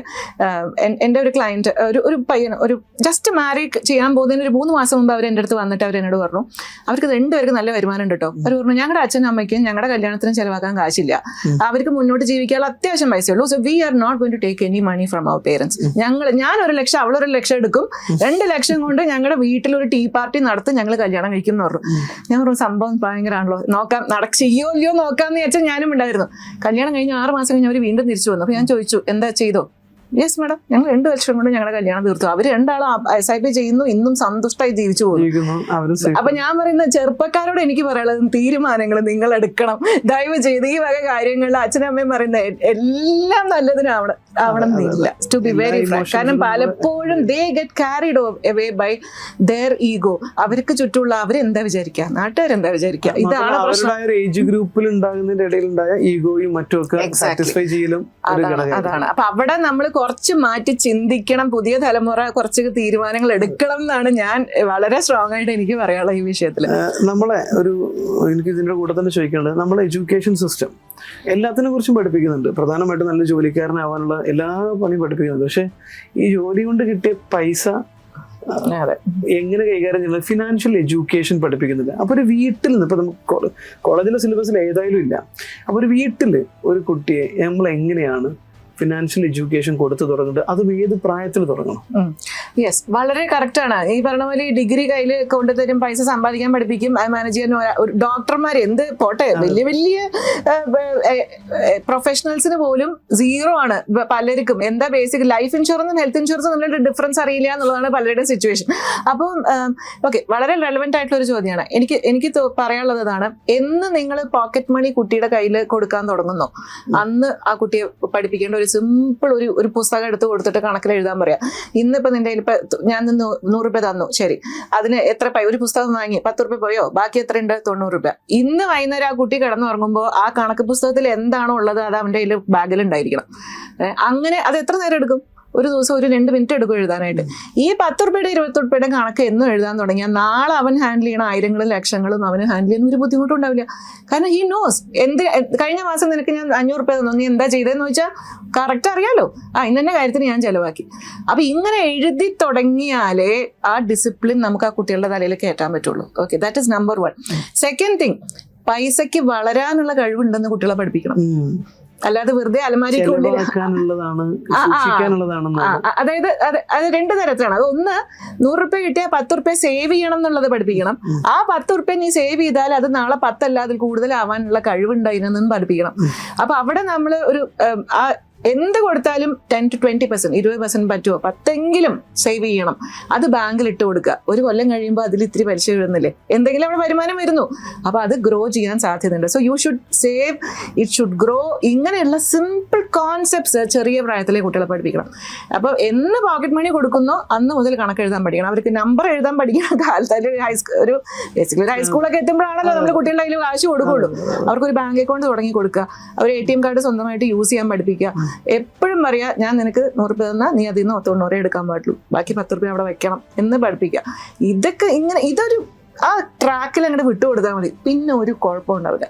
ഇത് ഓട്ടക്കൈ എന്ത് വന്നു എന്ത് പോയി ഒരു പിടിപ്പില്ലാതെ നടക്കുന്ന ആളുകൾ ഈ തുടക്കത്തിലേ ഇത് ചെയ്യാത്തതുകൊണ്ടാണ് പെട്ടെന്നൊരു സുപ്രഭാതത്തിൽ മാറ്റാൻ ബുദ്ധിമുട്ടാകെ സാർ. ഞാൻ എപ്പോഴും കണ്ടിട്ടുണ്ട് ഈ നേച്ചർ അല്ലെ, ഒരു ബേസിക് നേച്ചർ പെട്ടെന്ന് മാറാൻ വളരെ ബുദ്ധിമുട്ടാണ്. ഇപ്പൊ ഞാനിപ്പോ എന്റെ ഏറ്റവും അടുത്തൊരു ബന്ധു, പുള്ളിയുടെ കയ്യിൽ നമ്മൾ ചെലവിന് കൊണ്ടിട്ട് 10,000 രൂപ കൊടുത്ത് ഒരു മാസം ചെലവെടുത്തുന്ന പുള്ളി 10,000 കൊണ്ട് ചെലവെടുത്തും. പുള്ളിയുടെ കയ്യിൽ 10 ലക്ഷം കൊടുത്തിട്ട് ഒരു മാസം ചെലവെടുത്തുന്ന പുള്ളി 10 ലക്ഷം കൊണ്ടും ചെലവെടുത്തും. കാരണം എന്താണ് ഇത് ചെയ്യേണ്ടതെന്ന് അറിയില്ല. അങ്ങനെ ഒരുപാട് ആളുകളുണ്ട്. Financial education is very very important. അതോടൊപ്പം ക്ലാസ്സസ് എല്ലാം എടുക്കണം എന്നുള്ളതാണ് എനിക്ക് പിന്നെ പറയാനുള്ളത്. എല്ലാ സ്കൂൾസിലും കോളേജസിലും നിർബന്ധമായിട്ട് ഒരു സബ്ജക്ട്, ഒരു ടോപ്പിക് വേണം. പേഴ്സണൽ ഫൈനാൻസ് മാനേജ്മെന്റ് എന്നുള്ള ബേസിക് കോൺസെപ്റ്റ്സ് എന്താണ്, ഇതിന് എന്തൊക്കെയാണ് ഇൻവെസ്റ്റ്മെന്റ് ഓപ്ഷൻസ് എന്ന്, ഇൻഫ്ലേഷൻ എന്ന് പറഞ്ഞാൽ എന്താണ്, ഹൗ ഡസ് ഇറ്റ് വർക്ക്, അങ്ങനത്തെ ഉള്ള ചെറിയ ചെറിയ ചെറിയ കാര്യങ്ങൾ, ടാക്സേഷൻ, ഇൻഫ്ലേഷൻ അല്ലെങ്കിൽ കോമ്പൗണ്ടിങ്, ഇങ്ങനത്തെ ചെറിയ ചെറിയ കോൺസെപ്റ്റ്സ് കുട്ടികളെ പഠിപ്പിക്കണം. എന്തുകൊണ്ട് സേവ് ചെയ്യണം, റിട്ടയർമെന്റ് പ്ലാനിങ്, അവർക്ക് മനസ്സിലാവുന്ന ഭാഷയിൽ അവർക്ക് പഠിപ്പിച്ചു കൊടുക്കണം. അത് ഓരോ സ്റ്റേജിലും വളരെ വളരെ ഇമ്പോർട്ടന്റ് ആണ്. ഇപ്പൊ ഉണ്ടാകുന്ന കുറെ ഇഷ്യൂസും യങ് ജനറേഷനിൽ പരിഹരിക്കാൻ പറ്റും. തീർച്ചയായിട്ടും നമ്മൾ ഈ ഫൈനാൻസിനെ കുറിച്ചാണ് പറഞ്ഞുകൊണ്ടിരിക്കുന്നത്, ഇൻവെസ്റ്റ്മെന്റുകളെ കുറിച്ചാണ് പറഞ്ഞുകൊണ്ടിരിക്കുന്നത്. അപ്പൊ ഇൻവെസ്റ്റ്മെന്റിൽ ഏറ്റവും ഇമ്പോർട്ടൻ്റ് ആയ ഒരു സംഗതിയാണ്, ഇപ്പോൾ നമ്മൾ ഏറ്റവും ട്രെൻഡ് ആയിക്കൊണ്ടിരിക്കുന്ന ഒരു സാധനമാണ് ട്രേഡിങ്. ട്രേഡിങ്ങിനെ കുറിച്ച് യൂട്യൂബിലും മറ്റുമൊക്കെ ട്രേഡിങ് പഠിപ്പിക്കുന്ന സ്ഥാപനങ്ങൾ, ട്രേഡിങ്ങിലൂടെ കോടികൾ ഉണ്ടാക്കാം, ലക്ഷങ്ങൾ ഉണ്ടാക്കാം, ഫിനാൻഷ്യൽ ഫ്രീഡം, യാത്ര പോകുന്നു, വിദേശയാത്ര പോകുന്നു, ബെൻസ് വാങ്ങുന്നു, കാറ് വാങ്ങുന്നു, ഇങ്ങനെയൊക്കെയുള്ള ധാരാളം ട്രേഡിങ്ങിലൂടെ പൈസ ഉണ്ടാക്കാം എന്നുള്ള വലിയ രീതിയിലുള്ളൊരു ഒരു മോഹവാഗ്ദാനങ്ങളൊന്നും എനിക്ക് തോന്നിപ്പോകാറുണ്ട്. ആ രീതിയിൽ കൊടുക്കുകയും ആളുകളൊക്കെ ട്രേഡിങ്ങിന് പോകും. ഇപ്പം എനിക്ക് തന്നെ ഒരുപാട് ആൾക്കാർ മെസ്സേജ് അയച്ചിട്ട് ചോദിക്കാറുണ്ട്, ബ്രോ എനിക്ക് ട്രേഡിങ്ങിനെ കുറിച്ച് പറഞ്ഞു, എനിക്ക് ട്രേഡ് ചെയ്യണം, എനിക്ക് ഇൻവെസ്റ്റ് ചെയ്യണം, പെട്ടെന്ന് പൈസ ഉണ്ടാക്കണം. അതായത് പെട്ടെന്ന് പൈസ ഉണ്ടാക്കാൻ ട്രേഡിംഗ് ഒരു ഓപ്ഷൻ ആണെന്ന് തോന്നിയിട്ടുണ്ട്. ആക്ച്വലി ഈ ട്രേഡിങ്ങിന്റെ റിയാലിറ്റി എന്താണ്? റിയാലിറ്റി ഞാനൊരു സിമ്പിൾ സ്റ്റാറ്റിസ്റ്റിക്സ് പറയാം. അതായത് ഇപ്പൊ ഈയിടെ ഞാൻ പറയുന്ന സ്റ്റാറ്റിസ്റ്റിക്സ് അല്ല, നമ്മുടെ റെഗുലേറ്റർ ഇപ്പൊ സ്റ്റോക്ക് മാർക്കറ്റിനെ കുറിച്ചാണ് ഞാൻ പറയുന്നത്. കാരണം ബാക്കിയുള്ള പുറത്ത് നടക്കുന്ന കാര്യങ്ങളെ കുറിച്ചൊന്നും എനിക്ക് കൂടുതൽ പറയാനുള്ള ഒരു ആധികാരികമായിട്ട് എൻ്റെ അടുത്ത് നമ്പേഴ്സ് ഒന്നുമില്ല. ഇതെനിക്ക് പറയാം. അപ്പൊ ഇന്ത്യയിൽ ഏറ്റവും അധികം സ്റ്റോക്ക് മാർക്കറ്റിൽ ട്രേഡിംഗ് നടന്നിരുന്നത് ഓപ്ഷൻസ് എന്ന് പറയുന്ന ഒരു കാറ്റഗറിയിലാണ്. അപ്പൊ ആ ഓപ്ഷൻസ് കാറ്റഗറിയിൽ ലക്ഷക്കണക്കിന് കോടികളാണ് ഒരു ദിവസം നടക്കുന്ന വോള്യൂം എന്ന് പറയുന്നത്. SEBI came out with a statistics saying 92% of the traders are losing money. 92% ആൾക്കാരെയും പൈസ പോവാണ്. ഓക്കെ, അപ്പൊ അതിൽ കൂടുതൽ ഞാനൊന്നും പറയേണ്ട കാര്യമില്ല അല്ലെ. അപ്പൊ ഈ ബാക്കിയുള്ള ഈ 8-ലും ഒന്നും കിട്ടാതെ ഇരിക്കുന്നവരും ആ 8-ൽ പെട്ടതാണ്. മനസ്സിലായില്ലേ? ബ്രേക്ക് ഈവൺ എന്ന് പറഞ്ഞത് 8ആണ്, ഈ 8-ലുള്ളതാണ്. അപ്പൊ പൈസ ഉണ്ടാക്കുന്നവര് 8 പോലും ഉണ്ടാവില്ല എന്നുള്ളതാണ് സത്യാവസ്ഥ. ഓക്കെ, ഞാൻ എവിടെ കേട്ടിട്ടുണ്ട് 2-3% മാത്രമാണ് അത്രേ ഉള്ളൂ പൈസ ഉണ്ടാക്കുന്നത്. അധികം നഷ്ടപ്പെട്ട ആളുകളുടെ മുഴുവൻ പൈസ അവർ ഉണ്ടാക്കുന്നുണ്ടെന്ന് കേട്ടിട്ടുണ്ട്. അതാണ്. സോ എന്റെ കാഴ്ചപ്പാട് ഇതാണ്. ഈ ട്രേഡിംഗ് പഠിപ്പിക്കുക എന്ന് പറയുന്ന ഒരു സംഭവം ഉണ്ടല്ലോ, ഞാൻ പറയുന്നത് ഇത്രയും കോൺഫിഡന്റ് ആയിട്ട് ട്രേഡ് ചെയ്ത് കാശ് ഉണ്ടാക്കാൻ അറിയുമെങ്കിൽ സ്വന്തം വീട് വിറ്റിട്ട് അങ്ങോട്ട് ട്രേഡ് ചെയ്താൽ പോരെ. ഈ നാട്ടുകാരെ നന്നാക്കാൻ വേണ്ടി പഠിപ്പിക്കുകയാണോ? അല്ല, അതാണോ അവരുടെ മഹാമനസ്കതയാണോ? എനിക്ക് ഇത്ര പൈസ കിട്ടിയിട്ടുണ്ട് അപ്പൊ നിങ്ങൾക്ക് കൂടി കിട്ടണം എന്നുള്ള മട്ടിലാണോ ഈ പഠിപ്പിക്കുന്നത്? വെറുതെയാണ്. ഞാൻ പറയുന്നത് ഈ ട്രേഡിംഗ് ഇൻസ്റ്റിറ്റ്യൂട്ടുകളൊക്കെ ട്രേഡ് ചെയ്ത് കാശ് ഉണ്ടാക്കാൻ പറ്റുന്ന വലിയ അർപ്പമൊന്നുമില്ല, പഠിപ്പിച്ച് കാശ് ഉണ്ടാക്കുന്നതാണ്. അതൊരു ബിസിനസ് ആക്കി കൊണ്ട് നടന്ന് നാളെ ഞങ്ങള് പറഞ്ഞ പോലെ ഒന്നും നിങ്ങൾ ചെയ്തില്ല, അതുകൊണ്ട് നിങ്ങൾക്ക് നഷ്ടമൊന്നും എളുപ്പത്തിൽ പറഞ്ഞു തീർക്കാവുന്നേ ഉള്ളൂ. കാരണം ട്രേഡിംഗ് എന്ന് പറഞ്ഞാൽ ഒരു സ്ക്രീനിന്റെ മുന്നിൽ നോക്കി ഇരുന്നിട്ട് കുറെ കാര്യങ്ങൾ ബൈ സെല്ലും അടിച്ചിട്ട് എനിക്ക് കുറെ കാശ് ഉണ്ടാക്കാൻ പറ്റുമെങ്കിൽ ഈ ലോകത്ത് കുറെ ബുദ്ധിയുള്ള ആൾക്കാരുണ്ട്. അത് മാത്രം ഇങ്ങോട്ട് ചെയ്താൽ പോരെ അല്ലെ? വേറെ എന്തിനാ നമ്മളൊക്കെ ഇത്ര കഷ്ടപ്പെട്ട് പണിയെടുക്കേണ്ട വല്ല കാര്യമുണ്ടോ? അപ്പൊ എന്നോട് പലരും വന്ന് ചോദിക്കാറുണ്ട്, മാഡം ഞങ്ങൾക്ക് നിങ്ങളെ വിശ്വാസമാണ്, നിങ്ങൾ എത്ര പൈസ പറഞ്ഞോ ഞാൻ തരാം, മാഡം ട്രേഡ് ചെയ്തിട്ട് എനിക്ക് പൈസ ഉണ്ടാക്കി തരും. അപ്പൊ ഞാൻ ഇതാ ചോദിക്കുക, എനിക്കോ എന്റെ ഓഫീസിലെ സ്റ്റാഫിനോ സ്ക്രീൻ നോക്കി ഇരുന്ന് വെറുതെ ട്രേഡ് ചെയ്ത് കാശ് ഉണ്ടാക്കാൻ അറിയുമെങ്കിൽ ഞാൻ എന്തിനാ നിങ്ങളുടെ പൈസ വെച്ച് ചെയ്യണേ? ഞാൻ എന്റെ പൈസ വെച്ച് ചെയ്യില്ലേ അല്ലെ? ചെയ്താ പോരെ. അപ്പൊ അതാണ് കാര്യം. അപ്പൊ ഇത് ഈ ഞാൻ ഓപ്ഷൻസിന്റെ SEBI പറഞ്ഞ സ്റ്റാറ്റിസ്റ്റിക്സ് എന്നുള്ളൊരു ഉദാഹരണത്തിന് പറഞ്ഞാണ്. This is what happens generally in any open market trading. നിങ്ങളിപ്പോൾ ഇത് സ്റ്റോക്ക് മാർക്കറ്റ് എന്നുള്ളത് വിട്ടേക്കും, നിങ്ങൾ എങ്ങനെ എടുത്തു പോയാലും ഫൈനലി എന്താണ് ഇവിടെ നടക്കുന്നത്? ഹ്യൂമൻ സൈക്കോളജിയാണ്.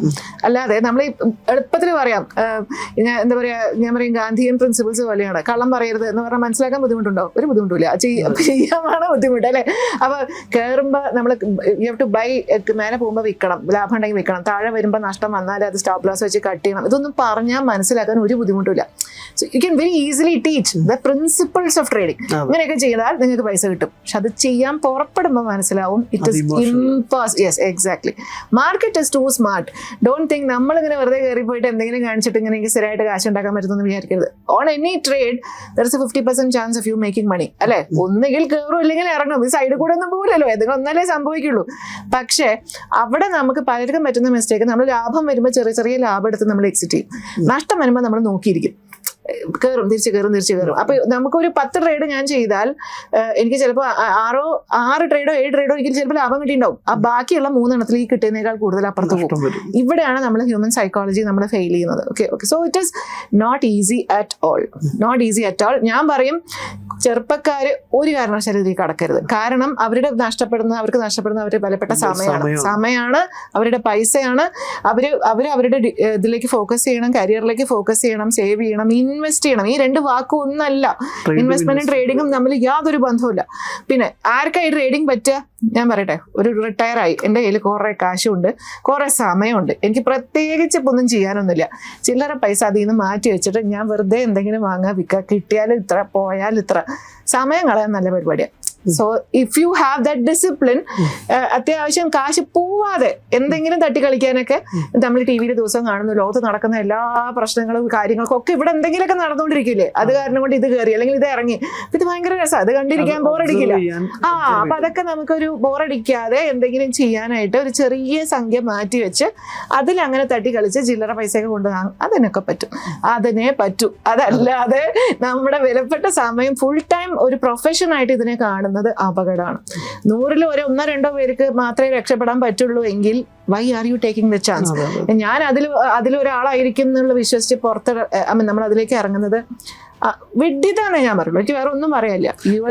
നമുക്കറിയാം ഒരുപാട് പിള്ളേര് പെട്ടെന്ന് രക്ഷപ്പെടുന്ന വിചാരിച്ചിട്ട് ട്രേഡിംഗ് പഠിച്ചിട്ട് ഇറങ്ങുന്നില്ല. ഇപ്പൊ എന്നോടും ചോദിക്കാറുണ്ട്, നിങ്ങൾ എന്തെങ്കിലും ട്രേഡ് ചെയ്യുന്നില്ല? ഞാൻ പറയും, ട്രേഡിംഗ് ഒരു പ്രൊഫഷനായിട്ട് ചെയ്യാൻ മാത്രം സമയം എൻ്റെ ഇല്ല. കാരണം എൻ്റെ ഫോക്കസ് അല്ലാതെ പൈസ കളയാൻ എൻ്റെ പൈസ ഇല്ല എന്ന് പറഞ്ഞാണ് ഞാൻ ചെയ്യാതിരിക്കാറ്. സോ ഇതൊരു വലിയൊരു മെസ്സേജാണ്. കാരണം ഒരുപാട് ആൾക്കാർ ഇതിലൂടെ രക്ഷപ്പെടും വിചാരിച്ചിട്ട് ഇതിലേക്ക് ചാടി ഇറങ്ങി, പിന്നെ പൈസ പോയി. ഒരുപാട് ആളുകൾ നമ്മുടെ അടുത്തൊക്കെ നിരന്തരം വരുന്നുണ്ട്. അല്ല, ഞാൻ സിമ്പിൾ ആയിട്ട് സ്റ്റേറ്റ്മെന്റ് പറയാം. എന്റെ മേഖല സ്റ്റോക്ക് മാർക്കറ്റ് ആണ്. അതായത് ഞാൻ ഇപ്പൊ നിങ്ങൾ പലതരം ട്രേഡിംഗ് ഉണ്ടല്ലോ, ഇപ്പൊ ഫോറക്സ്, ക്രിപ്റ്റോ എന്നൊക്കെ പറയുന്നത്, അതൊന്നും എനിക്ക് വലിയ ഒരു വിവരമില്ല. അതായത് എനിക്ക് അറിയുന്ന ഒരു കാര്യം സ്റ്റോക്ക് മാർക്കറ്റില്ല. എനിക്ക് പറയാവുന്ന ഒരു സിമ്പിൾ സ്റ്റേറ്റ്മെന്റ് ഇതാണ്: the less you watch the more money you make. അതായത് നിങ്ങൾ അതിനെക്കുറിച്ച് ബോധഡ് ആവാതെ, ഡേ ടു ഡേ മൂവ്മെന്റ്സിനെ ശ്രദ്ധിക്കാതെ, കൺസിസ്റ്റന്റ് ആയിട്ട് റെഗുലർ ആയിട്ട് നിങ്ങൾ ഇൻവെസ്റ്റ് ചെയ്ത് പോകുന്ന ഒരാള്, that person makes more money than somebody who watches the market day in and day out. ഇത് നോക്കി മുകളിൽ പോയോ താഴെ വന്നോ വാങ്ങണോ വിൽക്കണോ, ഇത് ഇങ്ങനെ കുറെ ടെൻഷനും അടിച്ചിട്ട് അവസാനം കാശും പോകുന്നതാണ് സത്യാവസ്ഥ. That is the fact. ഇതാണ് അതാണ് അതിന്റെ റിയാലിറ്റി. അതെ, ഇപ്പൊ നമുക്ക് മാം അറിയില്ലെന്ന് പറഞ്ഞു, ക്രിപ്റ്റോ അതുപോലെ തന്നെ ഫോറക്സ് ഒക്കെ, അത് പൈസ ഉണ്ടാക്കുന്നവരുണ്ടാവാം, ഇല്ലാതിരിക്കാം. പക്ഷെ നോർമലി നമ്മൾ ഇവിടെ നിന്ന് അത് ചെയ്യുമ്പോൾ ഉണ്ടാകുന്ന പൊട്ടൻഷ്യൽ റിസ്ക് എന്തൊക്കെയാണ്? പൊട്ടൻഷ്യൽ റിസ്ക് എന്ന് പറയുന്നത്, ഇത് ഇവിടെ ഇല്ലീഗൽ ആണോ എന്ന് ചോദിച്ചാൽ ഇല്ലീഗൽ അല്ല. അതായത് ഇപ്പൊ നിങ്ങളിപ്പോ അത് ട്രേഡ് ചെയ്തപ്പോ ക്രിപ്റ്റോയിൽ ട്രേഡ് ചെയ്ത് വെച്ചിട്ട് ആരും നിങ്ങൾ പിടിച്ച് ജയിലിടാനൊന്നും പോകുന്നില്ല. പക്ഷെ അത് റെഗുലേറ്റഡ് അല്ല. റെഗുലേറ്റഡ് എന്നുള്ള വാക്കിന് അർത്ഥം എന്താ? നാളെ ഇവിടെ ഒരു എക്സ്ചേഞ്ച് നിർത്തിപ്പോയി, നിങ്ങളുടെ സാധനം കിട്ടിയില്ല, സംതിങ് ഹാപ്പൻസ്, നിങ്ങളുടെ പൈസ കൊടുത്തു കാണാനില്ല, അല്ലെങ്കിൽ സാധനം ഇല്ല, നിങ്ങൾ ആരോട് പോയി ചോദിക്കും? ഗവൺമെന്റ് ഓഫ് ഇന്ത്യ പറയും ഞങ്ങൾക്ക് അറിയില്ല, we don't regulate this product.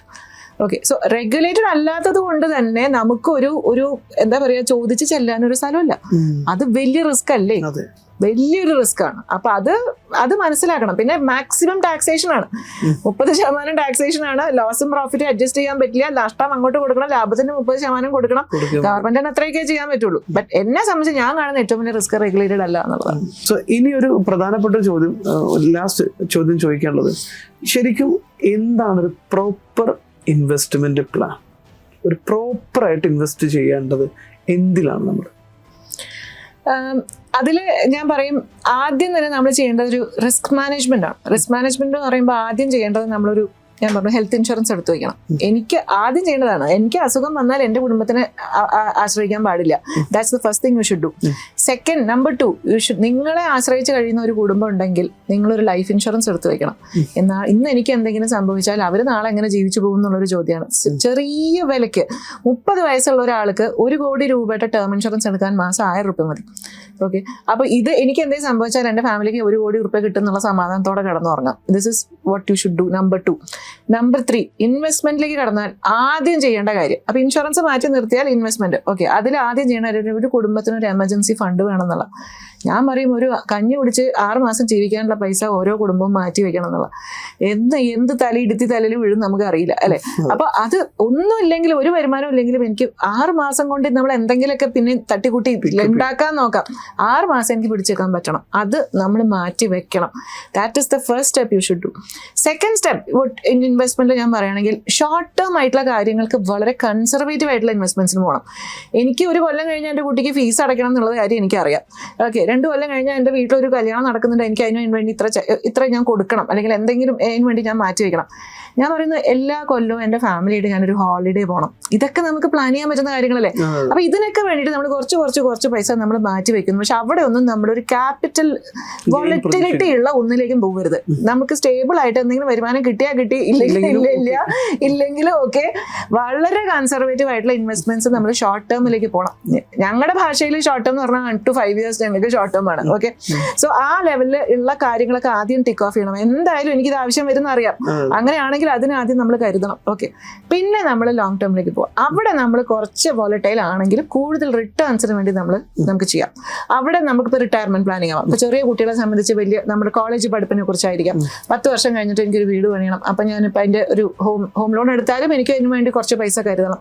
ഇങ്ങനെയുള്ള കാര്യങ്ങൾക്ക് വേണ്ടിയിട്ട് നമ്മൾ കുറച്ച് ഒരു അഗ്രസീവായിട്ട് പോകണമെങ്കിൽ ഈക്വിറ്റി ഇൻവെസ്റ്റ്മെന്റ് അല്ലെങ്കിൽ സ്റ്റോക്ക് മാർക്കറ്റിലേക്ക് ഇൻവെസ്റ്റ് ചെയ്യുന്ന മ്യൂച്വൽ ഫണ്ടുകൾ വഴി ചെയ്യാൻ. ഡയറക്റ്റ് സ്റ്റോക്സ് ഇൻവെസ്റ്റ് ചെയ്യുന്നത് ഞാൻ പറയില്ല, അതിൽ അതിൻ്റെതായിട്ടുള്ള റിസ്ക് ഉണ്ട്. മ്യൂച്വൽ ഫണ്ടുകൾ വഴി ഈക്വിറ്റി ഇൻവെസ്റ്റ്മെന്റ് ചെയ്യാം, നമുക്ക് കുറച്ച് ഗോൾഡിൽ ഇൻവെസ്റ്റ് ചെയ്യാം. ഇങ്ങനെ ഡൈവേഴ്സിഫൈ ചെയ്തിരിക്കണം. നമുക്ക് എപ്പോഴും ഒരു ഫിക്സ്ഡ് ഇൻകം ആയിട്ട് കിട്ടുന്ന ഒരു വോളറ്റിലിറ്റി ഇല്ലാത്ത കുറച്ച് ഇത് വേണം. ലോങ് ടേമിലേക്ക് നല്ല രീതിയിൽ റിട്ടേൺസ് കിട്ടുന്നതുമായിട്ടുള്ള കുറച്ച് ഇത് വേണം. ഇങ്ങനെ നമ്മുടെ ഫിനാൻഷ്യൽ ഗോൾസിനോട് ലിങ്ക് ചെയ്തിട്ട് ഓരോ ഇൻവെസ്റ്റ്മെന്റും ചെയ്തു പോയാൽ യു ആർ ഡൺ. ഇതാണ് നമ്മൾ ചെയ്യേണ്ടത്. ഇനി ഒരു പേഴ്സണൽ ചോദ്യമാണ്. ഇപ്പൊ ഒരു 27 years ആയിട്ട് ഈ ഫിനാൻഷ്യൽ സർവീസ് മേഖലയിലുണ്ട്. പക്ഷെ ലാസ്റ്റ് 3 years ആയിട്ട് പെട്ടെന്നാണ് നിങ്ങളെ കരിയർ ഗ്രാഫ് ഒക്കെ കൂടിയത്. What was that turning point? Social media തന്നെ എനിക്ക് പറയേണ്ടി വരും. ഞാനൊരു പേഴ്സണൽ ബ്രാൻഡിങ് ചെയ്യണം എന്നുള്ളൊരു തീരുമാനമായിരുന്നു. കാരണം പ്രധാനമായിട്ട് എനിക്ക് തോന്നിയെന്ന് വെച്ചാൽ ഞങ്ങളുടെ ഫീൽഡിൽ ഇൻസ്റ്റിറ്റ്യൂഷൻസ് ആണ് കൂടുതലുള്ളത്. ഇപ്പൊ നിങ്ങൾ ഇപ്പൊ നോക്കുകയാണെങ്കിൽ ഇപ്പോൾ മ്യൂച്വൽ ഫണ്ട്സ് എന്ന് പറഞ്ഞ ഒരു പ്രോഡക്റ്റ് എടുത്താൽ കൂടുതൽ വിൽക്കുന്ന ആരാ? ബാങ്കുകളാണ് വിൽക്കുന്നത്. ബാങ്ക് എംപ്ലോയീസിന് ഇതിനെക്കുറിച്ച് എത്രത്തോളം വിവരമുണ്ടോ അതൊക്കെ വേറെ വിഷയം. നിങ്ങൾക്ക് അവിടെ എത്രത്തോളം റിലേഷൻഷിപ്പ് അവിടെ കിട്ടുന്നുണ്ടെന്നൊക്കെ മാറ്റി വെക്കൂ. ബട്ട് ഇൻസ്റ്റിറ്റ്യൂഷൻസിനോട് നമ്മൾ നിൽക്കുന്ന സമയത്ത് നമുക്കൊരു പേഴ്സണലി ഒരു ബ്രാൻഡിങ് ഇല്ലെങ്കിൽ പിടിച്ചു നിൽക്കാൻ ഭാവിയിൽ ബുദ്ധിമുട്ടാവും തോന്നിയ ഒരു കോൺഷ്യസ് ഡെസിഷൻ ആയിരുന്നു പേഴ്സണൽ ബ്രാൻഡിങ് ചെയ്യണം എന്നുള്ളത്. അപ്പോൾ വി തോട്ട് നമുക്കൊരു സോഷ്യൽ മീഡിയ പ്രസൻസ് വേണം. അപ്പം അങ്ങനെ നമ്മളത് ചെയ്യാൻ തീരുമാനിച്ചു. അങ്ങനെ ഞങ്ങൾ എൻ്റെ മക്കള്, എൻ്റെ 2 ബോയ്സ് ആണ്, അവരും ജോയിൻ ചെയ്തു. എൻ്റെ മരുമകളും ഞങ്ങളുടെ ബിസിനസ്സിൽ ജോയിൻ ചെയ്തു എന്നുള്ളത് വലിയൊരു സന്തോഷമുള്ള കാര്യമാണ്. അങ്ങനെ ഒരു യങ് ബ്രെയിനും കൂടി ഇതിൽ വന്നതോടുകൂടി ഞങ്ങൾക്ക് ഈ ഒരു തുടങ്ങി. സത്യം പറയാം, സോഷ്യൽ മീഡിയയുടെ ഇത്രയധികം ഇമ്പാക്റ്റ് ഞാൻ പ്രതീക്ഷിച്ചതല്ല. പർട്ടിക്കുലർലി ഇൻസ്റ്റാഗ്രാമിൽ നമുക്ക് ഭയങ്കര നല്ല റെസ്പോൺസ് ആണ് ഇപ്പോൾ കിട്ടിക്കൊണ്ടിരിക്കുന്നത്. ഒരുപാട് ക്ലയൻസ് ജസ്റ്റ് സ്റ്റാർട്ട് ചെയ്തിട്ടേ ഉള്ളൂ. അന്നൊക്കെ നമ്മൾ തുടങ്ങിയിട്ട് ജസ്റ്റ് ഫസ്റ്റ് 1 year കാര്യമായിട്ടുള്ള ഫോളോവേഴ്സ് ഒന്നും ആയിട്ടില്ലായിരുന്നു. അതിൽ ഒരു വീഡിയോ വൈറലാവുമ്പോഴാണല്ലോ സംഭവം വേറെ ലെവലിലേക്ക് പോകുന്നത്. അങ്ങനെ ഒരു ബഡ്ജറ്റിനെ കുറിച്ച് ചെയ്തൊരു വീഡിയോ 1 million വ്യൂസ് ഒക്കെ എത്തിക്കഴിയുമ്പോഴേക്കും പിന്നെ അവിടെ നിന്ന് അങ്ങോട്ട് വേറെ ലെവലെത്തിപ്പോയി. അപ്പൊ അങ്ങനെ അതാണ് വലിയൊരു മാറ്റം വന്നത്. രണ്ടാമത് ഞാൻ പറയുകയാണെങ്കിൽ, ഞാൻ കുറച്ച് കഷ്ടപ്പെട്ട് പഠിച്ച് ഒരു CFP എന്നുള്ള ഡിഗ്രി പാസ്സായി. അത് ഇന്റർനാഷണലി നോക്കുകയാണെങ്കിൽ ഒരു ഫിനാൻഷ്യൽ പ്ലാനിങ്ങിൽ ഹയസ്റ്റ് ഡിഗ്രി ആണെന്ന് പറയാം, certified financial planner. I think ഒരു ഹൈ വാല്യൂ ക്ലയൻസ് ആകുമ്പോൾ അവർ അതിന് വലിയൊരു വാല്യൂ കാണും. അതെ, അപ്പൊ അത് ഞാൻ പാസ്സായി എന്നുള്ളതും വലിയൊരു സന്തോഷമുള്ള കാര്യമാണ്. ഇതാണ് ഇപ്പൊ കഴിഞ്ഞ 2-3 വർഷത്തിൽ സംഭവിച്ച 2 മേജർ സംഭവങ്ങൾ, അത് രണ്ടുമാണ്. അതെ. സോ അപ്പോൾ വളരെ സന്തോഷം. ഒരുപാട് ഇൻഫോർമേറ്റീവ് ആയിട്ടുള്ള കാര്യങ്ങളാണ് നമുക്ക് ഈ വീഡിയോയിൽ കേൾക്കാൻ പറ്റിയിട്ടുള്ളത്. നിങ്ങളുടെ കയ്യിൽ ഇതുപോലെ എന്തെങ്കിലും ആളുകൾക്ക് പറഞ്ഞു കൊടുക്കാനുണ്ട്, നിങ്ങളുടെ ബ്രാൻഡിനെ പരിചയപ്പെടുത്താൻ ഒരു വാല്യുബിൾ ആയിട്ടുള്ള എന്തെങ്കിലും ഉണ്ടെങ്കിൽ നിങ്ങൾക്ക് ബ്രാൻഡ് സ്റ്റുഡിയോ ആയിട്ട് കോൺടാക്ട് ചെയ്യാം. സോ ഇന്നത്തെ ഒരു ഹോൾ ഡേ നമ്മുടെ കൂടെ വളരെ ആക്റ്റീവായിട്ട് പാർട്ടിസിപ്പേറ്റ് ചെയ്തിട്ടുള്ള ഉത്തര മാമിന് ഒരുപാട് സന്തോഷം. നന്ദി. Thank you so much.